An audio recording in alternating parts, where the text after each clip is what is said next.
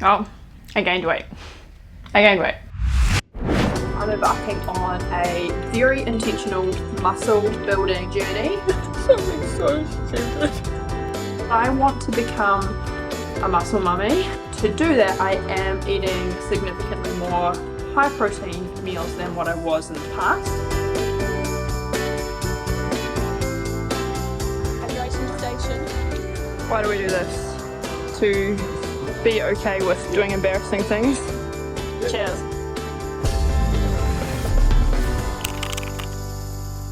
For the past 3 years, I've been bragging on YouTube about how I lost 40 pounds and kept them off, but about 7 months ago, I started gaining weight and I haven't stopped since. I went from 62 kilos, about 136 pounds, to... Before we get into that, I just finished an intentional bulking phase and I want to share with you exactly what I learned, all the mistakes that I made, and my results, what has actually happened and how my body changed over the past 8 months. I also want to share with you what the next 3 months is going to look like, take you along for the journey so you can see how I'm going to guarantee that I do lose the fat that I want to and get lean again. But let's start at the beginning. 8 months ago, I decided that I wanted to gain significantly more muscle. The biggest thing that's changed for me is that I started my weight loss journey and I really just wanted to get skinny, and this has kind of been a lifelong ambition for me.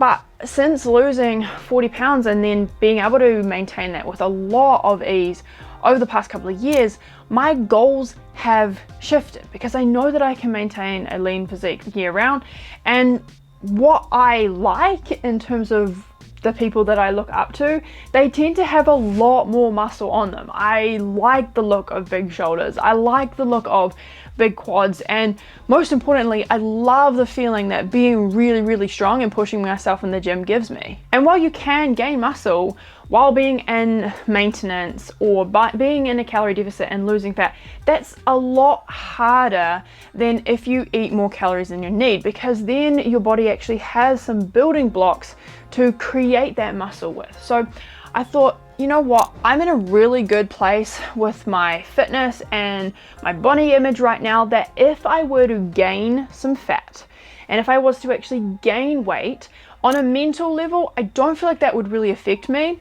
Plus, I know that if I was building more muscle than I could in a shorter period of time, then I'm okay with doing that because I know how to lose it again. When I first lost weight, I was so focused on getting smaller. I wanted small arms, I wanted small legs, I wanted a thigh gap. Like, you can see some of the pictures of me back from a couple of years ago, and I really liked being this lean. Like, I really transparently would love to be this lean again, but I want to do that with a lot more muscle tone than I had. Like, I didn't have a lot of muscle at that point. So 8 months ago, I was like, screw it, I want to do this, I'm prepared to gain the weight. So I just started eating more calories, got into a calorie surplus, and upped my training massively because I wanted to really make this an effective time. And I had a timeline of maybe like 6 to 8 months that I wanted to see how I could go. And this is what my bulk looked like.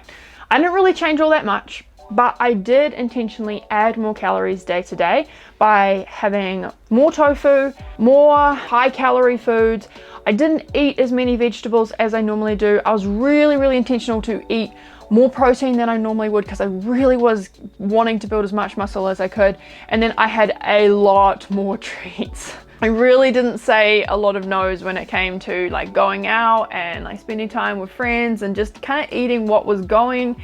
And I definitely was pretty consistent day to day, but weekends and times when I could eat desserts, like I was all up in it and I loved it. My training was a lot more half-assed before I started my bulk. So I was training about 3 days a week, but a lot of it was me just showing up at the gym, maybe doing a couple of exercises and being like, yeah, like I went. And I switched from that to 5 days a week, and I was very intentional about my time there. So I was spending a good hour, I was trying to hit every body part and really maximize the time that I had, or the amount of calories that I was eating.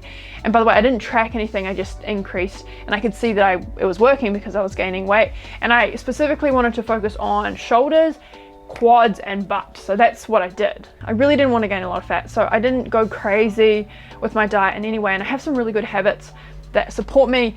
But obviously I did see the scales start to increasingly go up over those months, and these are the results that I've had. So over the past 8-ish months, I've gained about 5 kilos, which is about 11 pounds. I'm sitting at 66.6 kilos and 17.2% body fat, and 11.4 kilos of that is fat. And I just got a body fat scan, by the way. Instagram versus reality. Bad posture, but shoulders though. I've built so much around my shoulders. I think I'm happy about that. Time to get some abs. I'm really annoyed at myself that I didn't take better records, and I didn't actually do a body fat scan at the very beginning of my bulk. I know that I'm up those 5 kilos, but I don't really know how much muscle I've gained. However, I did take a scan in November, so about 5 months ago, and since that time I've gained 1.3 kilos of muscle and 1 kilo of fat. So if I kind of draw that out over the same time frame, then I'm gonna guess that I've gained about 2.5 kilos of muscle, or just under 2 kilos of fat. I also wish that I'd taken better pictures. I didn't take measurements. Like, I look back now and I'm like, these are some of the mistakes that I made. But you can kind of see the difference in terms of what I look like. There's a lot more, in my mind, a lot more muscle mass on my shoulders, and I'm definitely feeling that. But I'm super stoked that my strength has massively improved. I went from doing about 4 strict pull-ups on a really good day to being able to do 7. I did 7 this week, and on a good day 8 with that extra 5 kilos. So you can see that there's a lot more strength there. I PB'd in quite a few of the exercises that I'm doing, and I built a habit where I am consistently going to the gym 4 to 5 times a week, which feels really good to actually have built that into a routine, even though I'm busier than ever. Here's some of my takeaways and mistakes that I learned along the way. First one being that seeing the scales go up for the first month was really difficult. It's not been a positive thing throughout my entire life. So watching that number just trend upwards really did mess with me. But I was also surprised at how quickly I got used to a new normal. So after the first month, it didn't go up nearly as fast, and I was really used to seeing just higher numbers than I had. Like seeing like 63 on the scales again, and then seeing 64 and 65. Like those are really quite close to where I was like midway through my journey when I was trying to lose weight. Like I have not seen those numbers for a very long time, and I look vastly different. That's the craziest part than when I saw them last. It just messes with you. I really don't think I would have been in a good headspace to do this a couple of years ago, and it's not something that I would recommend to anyone who cannot handle seeing that scale weight go up and who is going to have an emotional response to it. For me, the scales weight is just, it's not an emotional thing. It was mostly just a contrast of this is meant to stay a certain number, and now I'm seeing it go up to where it was never positive in the past. Another takeaway, I really wish, and I think this is my biggest regret, that I had actually tracked my numbers better. I think having that body scan in November and being able to see the change since then has been incredibly helpful, and I wish that I could compare that. It did actually really surprise me when I had my first one a couple of months in, and I was like sitting at about 16% body fat with much more fat on me than I have ever had for the last couple of years. So it really was just that the ratio, the muscle mass that I had was so much higher. So that was really encouraging to see that my hard work over the past few years, because I had a body scan done in 2019 and I was like 19, maybe even 20% body fat. I think it was 19 at that point, and I was like so much lighter than I am today. Like I want to say 8 kilos, which is like 16, 17, 18 pounds. But I look so much better today than I did back then, in my opinion. There was also days where I did skip meals and I wasn't super intentional about getting enough calories and getting enough protein, and I'm gonna eat a bit more of my oats because, like I said, a lot of the times I do have days like this where I've got a lot going on and I just don't feel a huge desire to eat. Looking back, I think this was one of the things that I found most difficult, was really having to prioritize, like being super consistent with my meals And that was hard. It was hard in a different way that being in a weight loss phase is, because if you're in a weight loss phase and you're not worried about like preserving muscle as much, or you don't have as much to preserve, you're not trying to hit like a certain target in terms of protein, then if you skip a meal, if you're not hungry on a certain day, then it's not necessarily a bad thing. Whereas on this journey, it was. So food was important in a different way. If I was to do this again, I would definitely have a spreadsheet to track my weight each week, my measurements each week. I would actually take measurements of my arms. I would be noting down any PBs that I had in my strength, and then also if I got a body scan every month or every 3 months, I'd be putting in that data as well, and just being a bit more of a data nerd about this to see how I could have made some more tweaks and changes. I did have a knee injury over this time, which really set my training back a lot, because I went from focusing on like lower body, I was focusing on quads and a lot of glutes, and then I focused a lot on recovery, a lot on rehabbing my knee. So that changed things a lot, and I was really happy that even with that setback, I have actually gained muscle, even in my injured knee or my injured leg, which is much weaker than my other one. So that's huge for me. I'm really proud of myself for putting in the work for my rehab. I do feel like I could have pushed myself more, but at the same time, with the setback that I had, I'm happy with the results that I have, and I don't really have anything to compare them to. What I do think is that if I look at this on a longer timeline of maybe 5 years, even if I'm to gain 1 to 2 kilos of muscle, I can be a freaking beast in 5 years time, and that really excites me. I really enjoyed eating with a lot of freedom. I enjoyed going out to eat and not really having to think about things. I enjoyed having dessert pretty much every night. I still ate very similar meals day to day, but I definitely let loose a whole lot more as well. And I really liked that. I think it was really nice for me to have that level of freedom. And I was actually really surprised at how slowly I gained weight.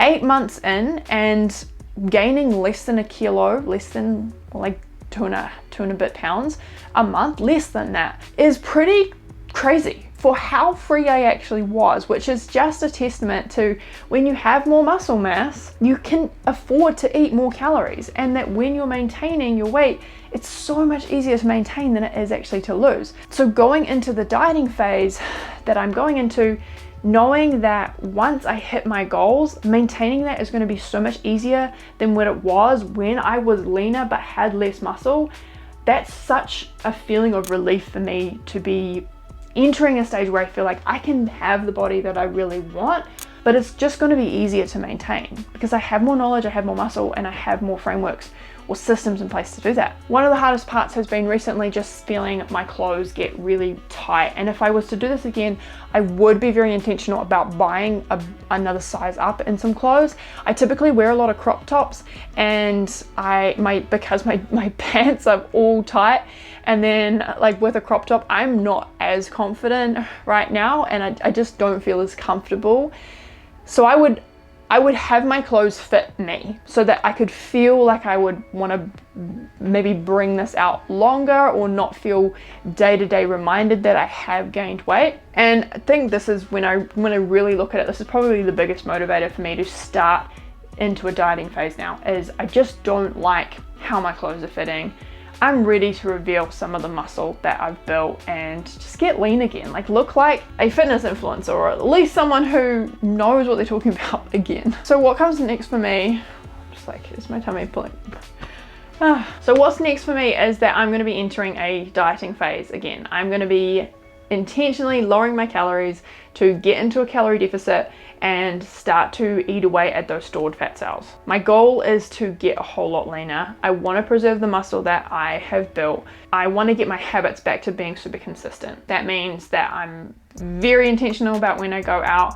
I'm not just being like, oh, it's the weekend and I'll eat like bread and creamy pastas and go and get croissants. And I want to maintain the 5 day a week gym habit that I've built as well. I'm going to share with you exactly how I'm going to get into a calorie deficit, and I want to share everything that I do along that journey. It's probably going to be about 3 to 4 months.